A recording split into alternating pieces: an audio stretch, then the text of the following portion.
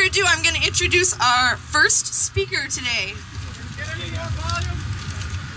More volume, they're saying. Okay, just about as loud as we can be. All right, our first speaker today is Nick Modern. Nick, all right.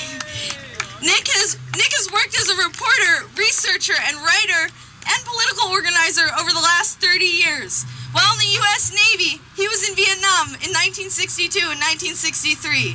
He's the director of the 2012 National No Drones Tour. His articles have appeared in Truth Out since 2008. Thanks so much, Nick. Okay. Thank you very much. I just want to start, and I think I speak for everybody here when I express my gratitude to the people here in Syracuse who have put in so much time and attention to detail and care, and letting us be here and let us have the food, the drink, the hospitality. So let's give them a real big applause. Thank you so much.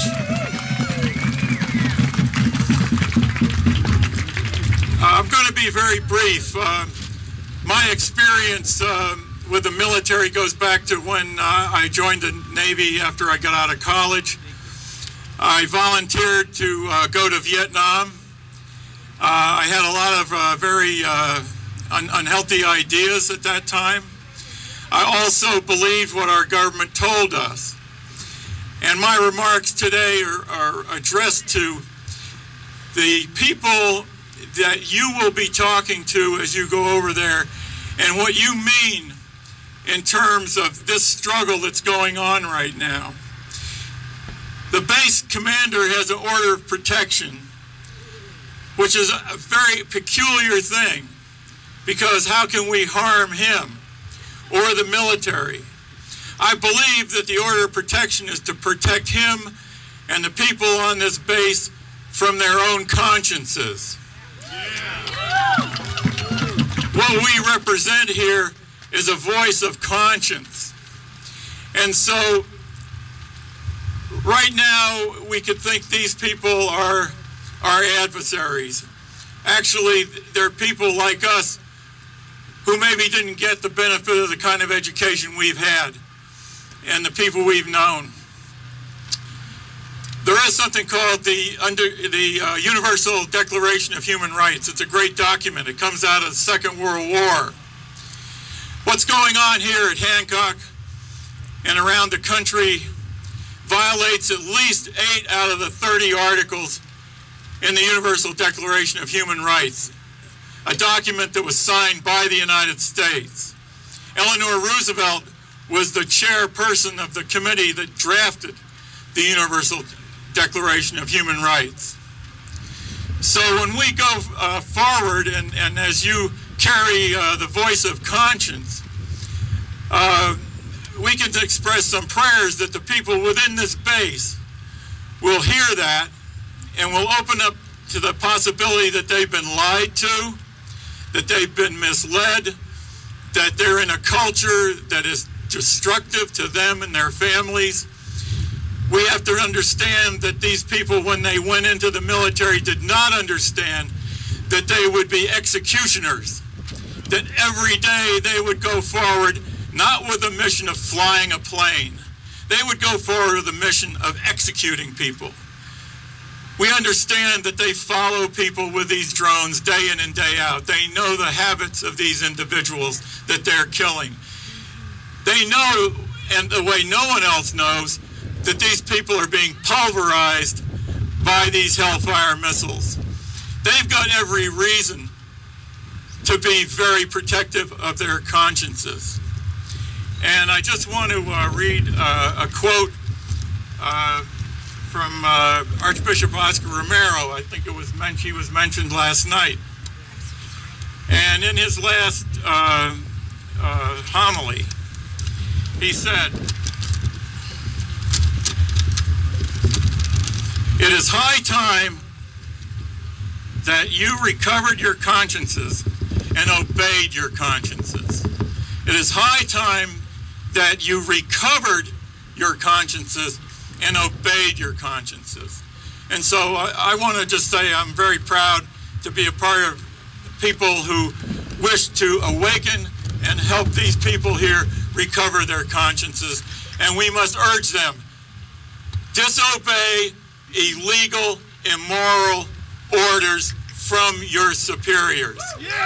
Disobey illegal, immoral orders from your superiors. You have the right to do this, you have the obligation to do this, and that's where we're headed. Where people who are doing the killing say, no, no, no more killing, no more killing. Thank you.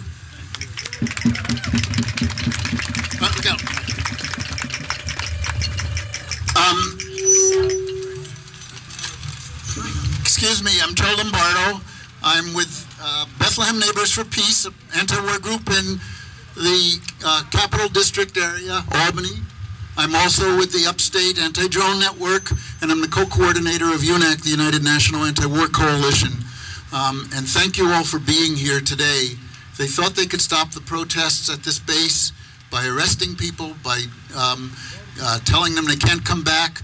And our presence here says we're coming back every day. We're coming back in bigger numbers, and we're going to stop these drones. We're asking all the speakers to speak very briefly, 2 or 3 minutes. This has been something that people said they wanted.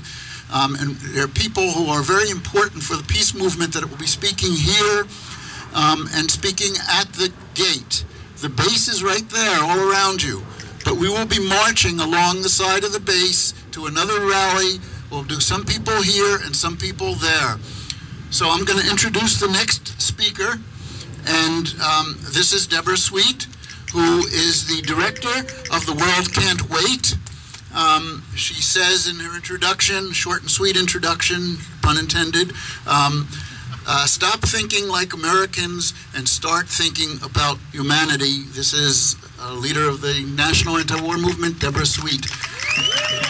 And this handsome man over here is named Kawami. He's going to help people up and down this ladder because it is a little tricky. So if he approaches you, that's what he's doing. He's here to help. Thank you.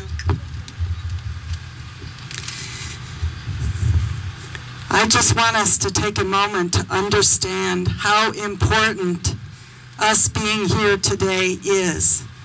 The audience is not only ourselves.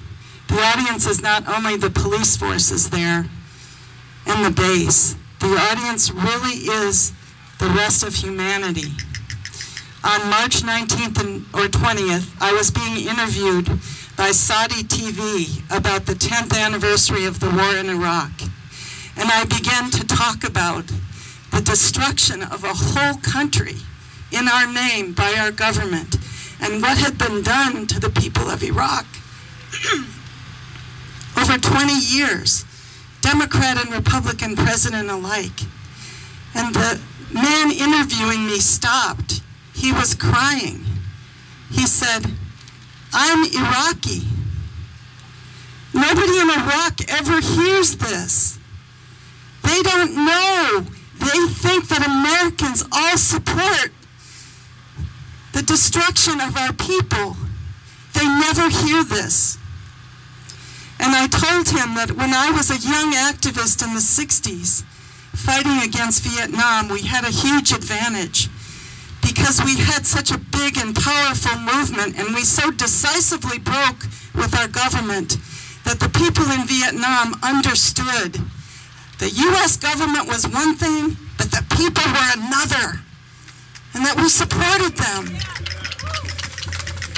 And they must see these images across the globe to know that we are not people in support of this utterly illegitimate, unjust, immoral U.S. global war on terror. Rather, to us, American lives are not more important than other lives. Thank you so much for being here.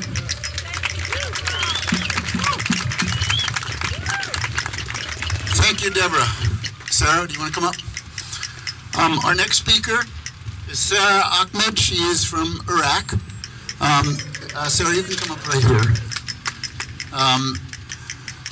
And she told me some other organization she's part of, and you know what? I can't read my handwriting. So I'm going to introduce you to Sarah. Thank you. Hi, everybody. My name is Sarah, and I'm from Iraq, so it's different. For me, being here is so much different. I cannot say different than all of you, but it's kind of like different kind of feeling because I'm from Iraq. Just seeing this part, all of you, all the people, being here just to say we are anti-war, we are against it, it's just kind of, it's very emotional to me because partly Deborah said what I was about to say, which is Iraqi does not know that. They don't know that. I will not generalize. I will not say all of them, but I know that most of Iraqi don't know, and the reality of that, the government is separate than the people, and the people are different, and some of the people are against it and say no to war, and we don't approve of it because Iraqis see American as America, which is wrong, because I see that, and I as the reporter that interviewed Deborah, it's very emotional because we don't know that there's a lot of people against the war and a lot of people saying we are with Iraqi people, and I just hope that Iraqi who can see and can listen to all of you. It's kind of hard because of the media and what they want us to know and what they want to show us, and it's all over. It's everywhere. It's the same as the media here in the United States. They don't show you what Iraqis think and what we really are now after the war. I just believe that the only answer for everything is peace, and this is yay. I believe that there is no war that will solve anything.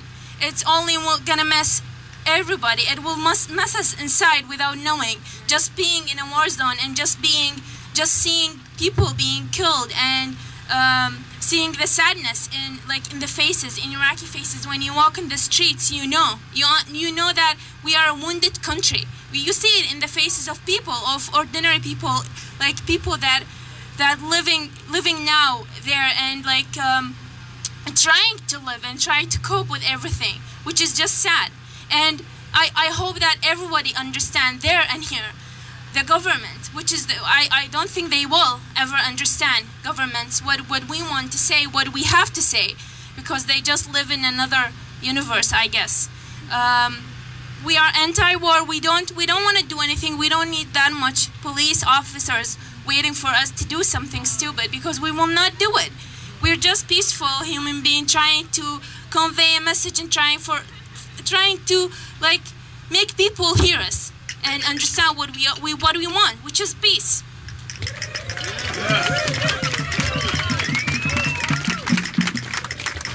Thank you, Sarah. Thank you for your words. Thanks for being here. I have another short announcement, quick announcement. Carol Baum, can you raise your hand? Can you become visible and raise your hand? Carol Baum has a lost and found. So if you've lost something, you found something, go to Carol. Thanks. Okay, our next speaker, Bruce Gagnon. Among many other things, Bruce is the coordinator of the Global Network Against Weapons and Nuclear Power in Space. Between 1983 and 1998, Bruce was the state coordinator of the Florida Coalition for Peace and Justice, and he's worked on space issues for 30 years. He initiated the campaign to bring our war money home in Maine in 2009, and it spread to other New England states and beyond. So, welcome, Bruce. Or you stand back and listen. Hello. It's a great honor to be here with all of you. I've been following these protests from afar for some time, and I'm just thrilled to be here with you.